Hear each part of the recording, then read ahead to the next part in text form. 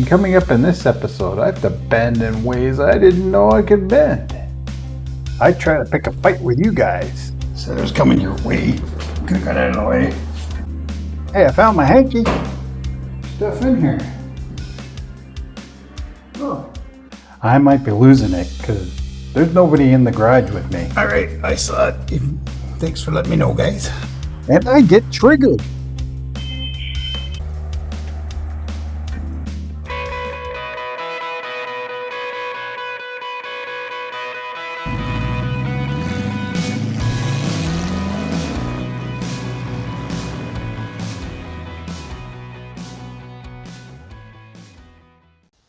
All right, time to get following up on working on everything that's wrong with the car. If you missed the video at the beginning of the season here, I'll put a link to it here and at the end of the video.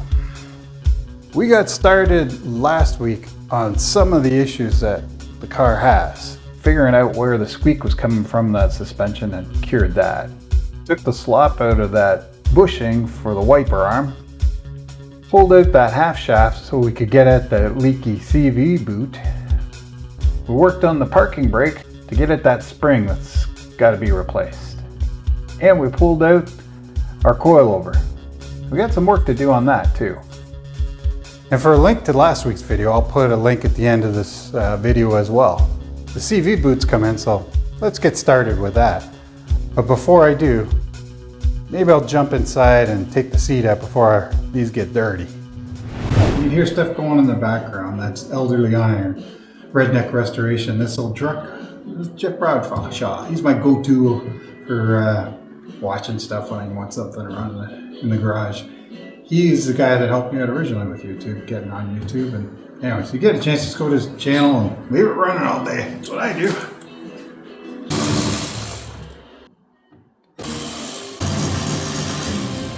Move over, I'm coming your way.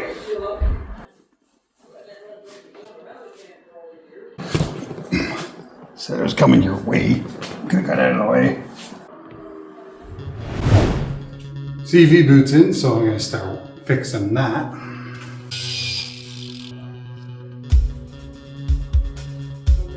There's a snap ring in there holding that CV axle end on. There we go.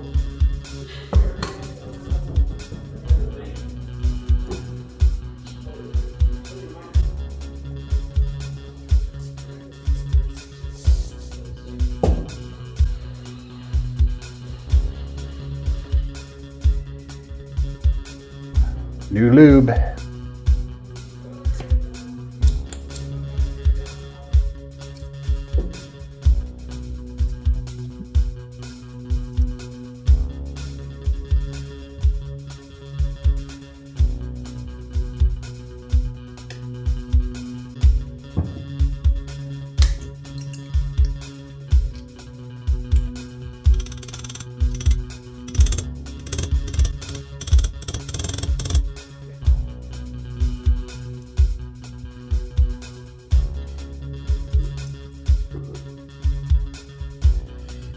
Got it. That is ready to go back on. Making progress. Next up, fix the door poppers. Well, they're not door poppers, they're door openers.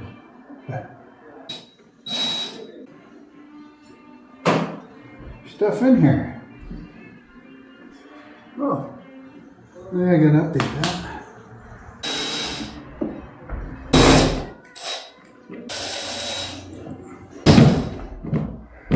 Right angle screwdriver.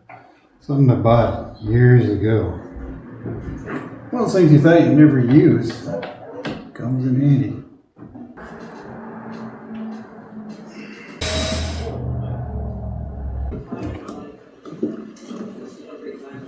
Alright. Should be going.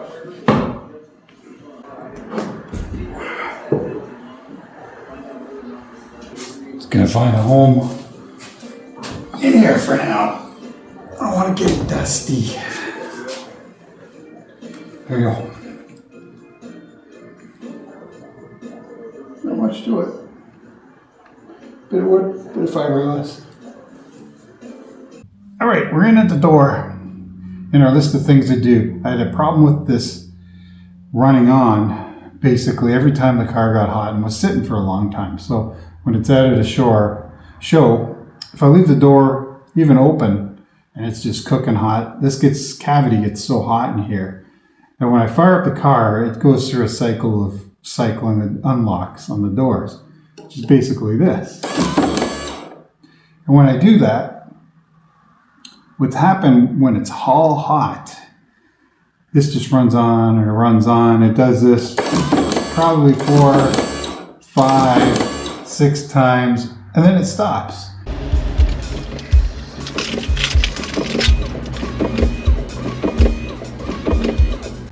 And what I think it is it's probably just, I could either file off the corners of this a little bit, because I think what it is each corner, as this is expanding a little bit, the wheel's expanding a little bit, in the heat, it just tends to kind of get to run on. So the other door doesn't do it, and I'm pretty sure it's the exact same shape and exact same disc on the other door. I had planned to go to door poppers. And then I realized one of my next plans in the future is actually making these windows move up and down, which they don't actually do right now. Technically, the reason I don't bother, and most guys don't bother, is the window can only go down this far because the bottom of this window, I don't know if you can see it from that angle, I'll try to show you it in the B-roll.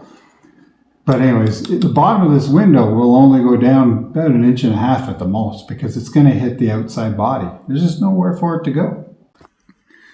We're looking up. You can see the bottom of the glass. Right there. Where it hits is right there. You can see it better here with all the angles. So here's the side of the car, door. Here's where the angle going up. So that window is coming out, and it's going to hit here. We were just looking at. Now, we've also got flat glass in here. Back when this was built in 2002, there was no flat round curved glass available. The curved glass is now available. Even you couldn't get it from Lamborghini. So if you broke your window on your Countach, your real one, you were screwed. But anyways, you can get it now. It's been reproduced, and frames and everything else. So you could get the whole thing now done. There's a little gap there because of the curve that's on the original that's not on the flat glass. So all that gets filled up is that little gap you're seeing right there. From here to here. About 1/4 inch. And that might be what I want to do in the future. So keeping that in mind, that I might be changing this out for curved glass, I might want to put the window mechanism in. All this might change anyways, because the wind system for operating the window is a series of pulleys that they put around the entire door in order to move it up and down. Just that 1.5 inches. And this is probably going to be in the way. Right now, maybe not, but there's no sense going to a door popper, which is going to do the same thing. This works. If I just change this a little bit, I think we'll be okay. I think for now, I'm just going to bend this micro switch up a hair. I think that's all it needs, is a hair. That's easy to do. Not easy to do with the power on. Just disconnect. Alright, it's got a little tweak on it now. It's actually clearing this little roller area. Let's see if it still works. As soon as the power goes on, we'll know. Try it back again. I have to interrupt, guys. I got triggered by this. Basically what happened is the dog started barking and I had to go look. And it's because we've had a lot of stuff happen lately.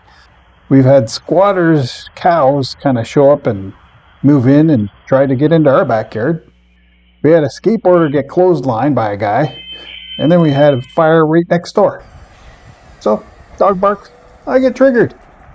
Anyways, back to our regular scheduled program. Try it back again.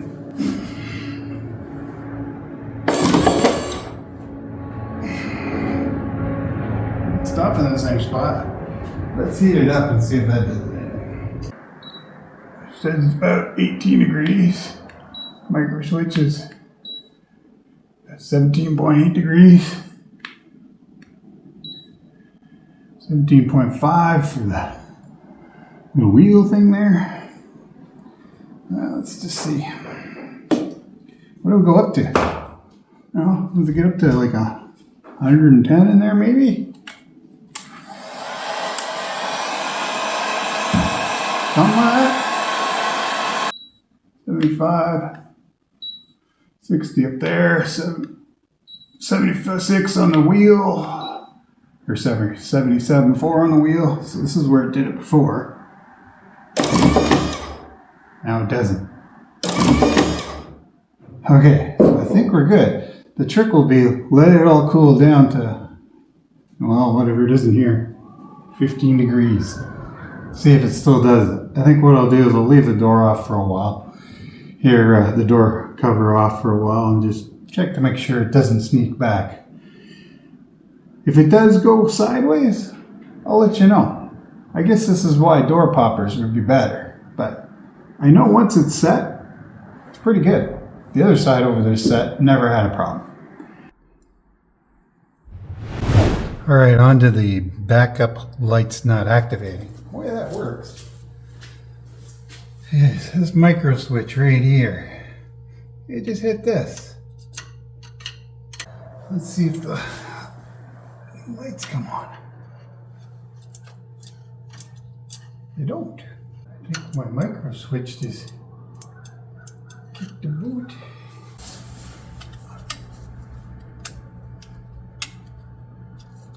If I undo these two, jump them together, lights should come on. Alright, I got a jumper in one end. If I touch it to the other side, then we should get the lights on. Yep, I saw the lights. Saw a spark there. I'll go see if the lights came on.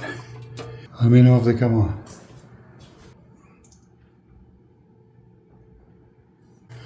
All right, I saw it. Thanks for letting me know, guys. So with that, it means the wiring's good. That switch right there is bad. So that means I got to take that out. So I got to get at those two little screws there, and that'll take that micro switch off. I had to put you guys over there just because there's no room for all of us. I don't know if I can get a power tool in here. There we go. I gotta catch everything, which is easier said than done. Oh, I missed that. Missed that. Well, there you go. I recovered all of our pieces. These are just, I think, keep dirt from slinging in on it. Here's our micro switch. It does make a noise. Let's just test it. Maybe one of those connections was loose. We're not making a connection. So this seems to be working just fine. I'll get some cleaner. I'll put some cleaner on those ends and check it again. Got some of this.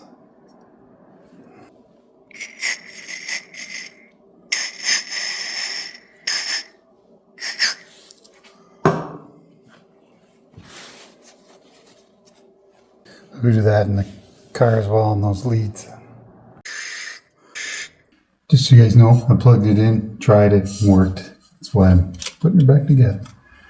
These little nuts are gonna be a bug. Oh, I've been struggling with this thing for 5 or 10 minutes, so I'm gonna try and take that bracket off.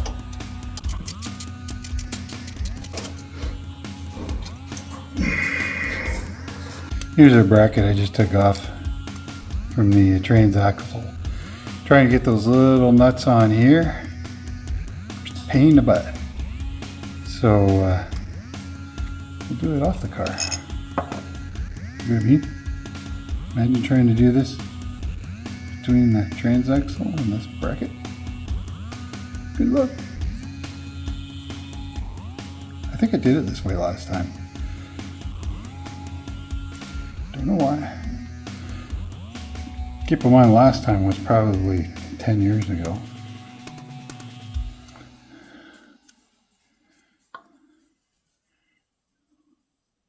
Oh, tightened up nice.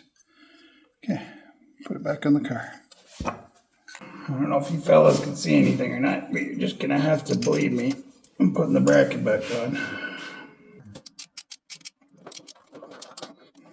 And I want to make sure when I throw it into reverse, it hits it. Let's see.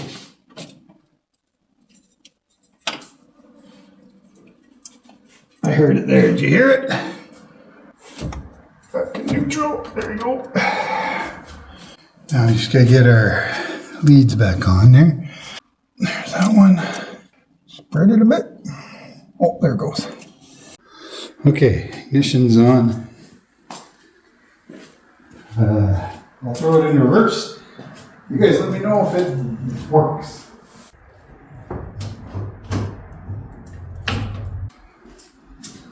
There we go. Alright. They're working now. Good. Let's come off.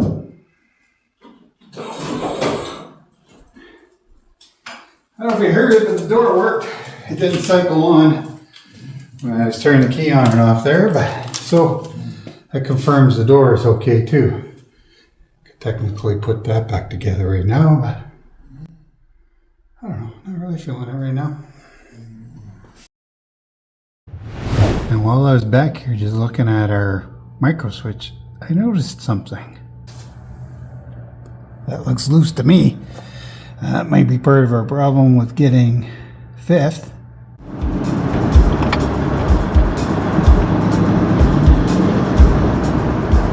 Okay, can't go to fifth. Reverse, because the reverse throw is actually into reverse and hits that micro switch. So we're fixing that as well.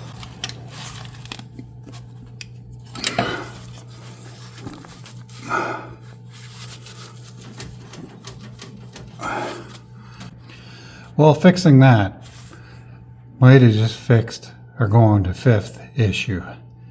The problem is I might have to wait until spring or summer to know for sure.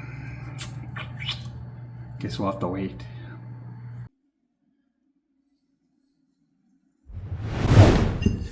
So our coil over here had some issues. When I was taking it off, I noticed the other day, this is broken. Right there. So it called up strange. Got some more. See if I can replace these. Looks like C-clip.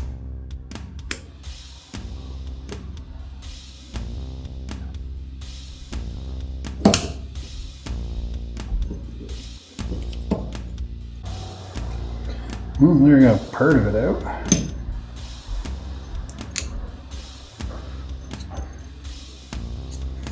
How do you get the rest of it? I just work that out. I'm figuring this out as I go. Like I say, I'm no mechanic. Well, that was easy enough. Why didn't I just do that in the first place?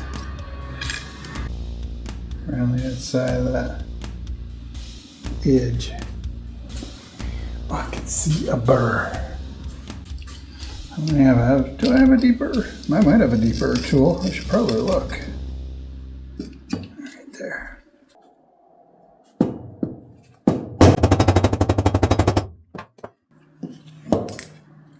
It's cracked pretty good.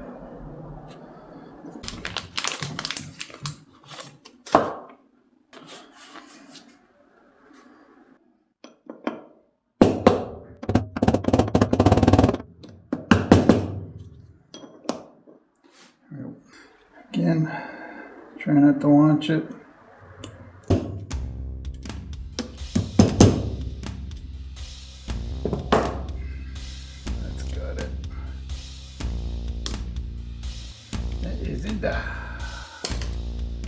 All right, so that's ready to go.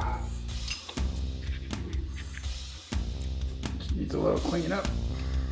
That was probably one of the quickest ones to go on the list and off the list.